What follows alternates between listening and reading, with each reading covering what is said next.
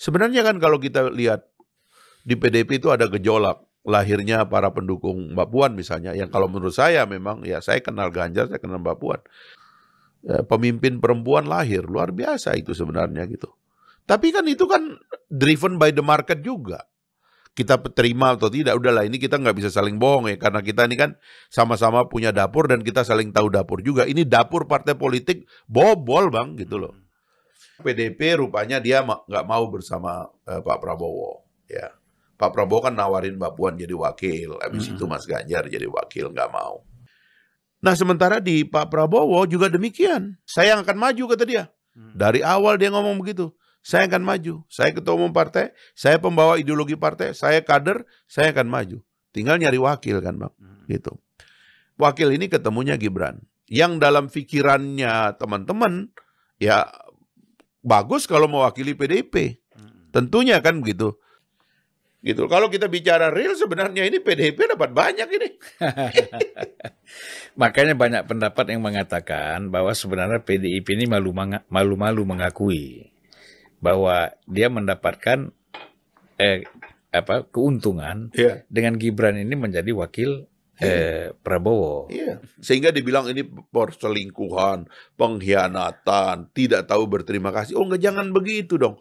Ini kan platformnya kepentingan nasional. Iya. Bukan untuk kepentingan pribadi orang per orang atau partai politik. Karena prinsipnya, begitu orang jadi pejabat publik, partai politik bilang selamat jalan.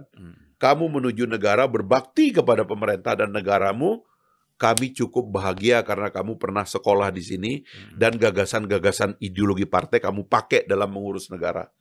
That's it. Gak usah pengen terus-menerus mau mengendalikan mereka dari belakang, petugas partai, loyal, ini kader apa, nggak ada itu. Begitu orang jadi dia dapat roh dari suara rakyat yang mencoblos dia, itu jadi milik rakyat dong.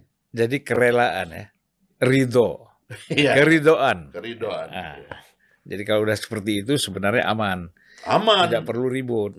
Lebih dari 30 tahun Prabowo dalam gejolak ya. Kita nggak bicara masa-masa normalnya. Di zaman Orde Baru, ya kan? Dia masuk tentara. Kenapa dia masuk tentara? Ini keluarga priai kok. Biasanya kan nggak masuk tentara. Biasanya kan jadi pengusaha atau menjadi pejabat kan. Dia masuk tentara. Dan tentaranya itu bukan tentara belakang layar. Ini tentara tempur. Kalau kita dengar cerita-cerita dia hampir mati di Timur-Timur segala macam itu real. Bukan pura-pura mau hampir mati, memang hampir mati. Sampai wawancara dengan waktu sudah terjadi rekonsiliasi Timur Merdeka, lalu ketemu lagi dengan pasukan-pasukan yang hampir membunuh dia. Ya kan? Nggak tahu dong siapa itu, tapi dia bilang instingnya berubah ngeliat Prabowo. Waktu dia menyelamatkan komandan yang tertembak itu. Itu ada kisah begitu. Jadi Prabowo itu manusia sejarah, ya. Mengikuti begitu banyak hal dalam hidupnya dan juga kontroversi. Tapi menurut saya hari ini dia punya tugas mempersatukan bangsa. Karena itu kita memerlukan dia, karena dia nggak punya dendam, hatinya bersih, dia tidak punya target untuk mengganggu orang, apa segala macam. Yang dia pikirkan adalah bangsa ini harus makan cukup, anak-anak bayi nggak boleh stunting, ya, anak-anak kita harus sekolah. Cuman itu pikirannya. Tapi orang, ya sekali lagi yang saya lihat itu memang punya masalah. Dan masalahnya nggak bisa dijelaskan. Karena apa yang mau kita persoalkan? Ya, penculikan yang nggak ada buktinya itu yang berkali-kali diungkap-ungkap, diulang-ulang itu. Yang nggak ada buktinya itu. Apalagi yang mau diungkap? Ya kan? Apa yang mau kita persoalkan? Soal kesehatan, orang komando pasukan khusus, dia masih berenang setiap pagi, ya kan? Dia sehat. Orang mempersoalkan kesehatan orang. Memang orang umur 70 masih kayak begitu, masih bisa lari-lari, ya kan? Apalagi yang mau kita persoalkan, ya kan? Sekolah, pendidikan. Ya, kalau nanti orang mengungkap soal-soal pribadi ya, soal keluarganya. Ya, nanti kalau dia cerita yang sebenarnya orang bisa menangis satu Indonesia mengetahui bagaimana Prabowo mempertahankan keluarganya, bagaimana hidup keluarganya itu ada dalam pusaran konflik yang luar biasa. Dan sampai hari ini dia masih menjadi satu keluarga yang baik, Bang. Itu mau didramatisir atau kita mau ngambil bagian untuk mengeksploitasi itu sekarang, ya silakan gitu. Tapi blackmail yang kita tidak tahu sebabnya, lalu kemudian memakai dalil-dalil lain begitu ya, saya kira berlebihan lah gitu. Saya justru ingin mengajak orang sekarang waktunya kita mendukung Prabowo dan bersatu mendukung Prabowo.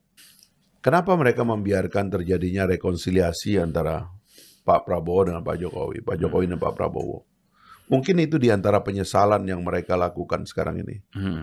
Karena dua anak bangsa ini yang sering bertemu, Pak Prabowo adalah pendukung Pak Jokowi. Dia berkampanye untuk Pak Jokowi. Dalam Pilkada Jakarta dia mengangkat tangan Pak Jokowi. Dia mengatakan, Pak Jokowi adalah wali kota terbaik di dunia. Sekarang kita akan menjadikannya gubernur terbaik di dunia. Itu kata Pak Prabowo. Tapi nggak pernah bisa lama, karena habis itu tentu kelompok-kelompok ini dia tarik lagi. Istilahnya seolah-olah ya, kalau Pak Prabowo pernah ikut mendukung orang ini, kalau bisa dianggap aja nggak ada jasanya, gitu. Dianggap aja ini alat aja lah kita pakai supaya kawan kita ini menang. Habis itu dikepung lagi oleh dia. Terjadilah rekonsiliasi di 2019 sebelum ada COVID dan sebagainya itu. Mungkin mereka nggak sadar bahwa antara Pak Prabowo dan Pak Jokowi ini dua-duanya orang baik.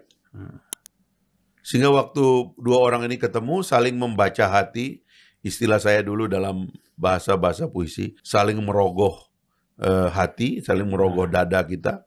Ternyata ini berdua-duanya orang baik dan mereka bilang, Pak, Bapak baik, saya baik. Kenapa kita selama ini bertengkar? Kenapa selama ini kita berperang? Kenapa selama ini kita nggak klaim? Dan seperti mungkin di keduanya ada penyesalan juga. Kenapa kita kok bisa diadu domba sama orang-orang ini? Dan akhirnya mereka ada understanding. Pak, saya mau teruskan kerja. Pak, rekonsiliasi harus dijaga, Pak. Bung Karno dengan Pak Harto dua-duanya baik. Tapi terputus dia. Saya menonton video-video pernyataan Pak Harto tentang Bung Karno. Tapi di luar sana orang mau mengeksploitasi seolah-olah ini adalah musuh hitam dan putih yang pasti saling membunuh dan menghabiskan. Gak ada. Ini orang saling menghormati, pribadi yang dekat. Tapi kita tidak pernah mengatur secara baik transisi. Begitu Bung Karno putus, pecah. Pak Harto jatuh juga demikian. Itu putus. Seolah-olah ini orang gak ada harganya. Ini orang penjahat. Saya berkali-kali menulis surat supaya Pak Harto dijadikan pahlawan. Ditolak. Seolah-olah orang ini nggak pernah ada jasanya dalam hidup ini. Padahal orang mengerti kalau kita biarkan waktu itu, bukan Pak Harto yang ngambil alih keadaan. Lain Republik ini ceritanya. Tapi sebagian orang bisa melobi supaya Pak Harto tidak dianggap. Bangsa Amerika itu mau penjahat perang kayak George Bush saja, tetap aja kasih tempat. Ya kan? Dari Pak Harto jatuh, turun ke Pak Habibie. Ini memang menterinya Soeharto yang disukai Soeharto, tapi Habibie sebagai manusia lain. Dia khazanah pikirannya itu orang maju, orang Eropa ini pikirannya. Dia udah menjadi kelas menengah atas di Eropa sebelum kembali ke Indonesia jadi menteri. Wawasannya modern. Dia memimpin badan industri strategis yang begitu banyak. Oh nggak bisa, Orde Baru. Ganyang Habibie, jatuhkan Habibie. Akhirnya Pak Habibie ya. Kebesaran hatinya, dia bilang, waktu saya sudah habis, silakan diteruskan, kata beliau.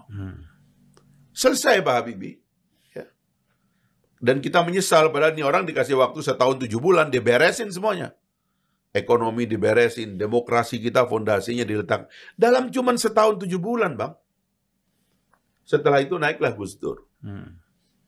Sebagai akibat dari ketegangan, poros tengah muncul, Gus Dur naik, Ibu Mega jadi wakil. Tidak terlalu bagus juga hubungannya. Bahkan sampai terakhir kan Gus Dur ngambek juga kan.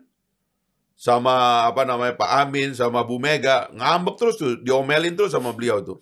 Yang dia nggak pernah omelin Pak Prabowo tuh.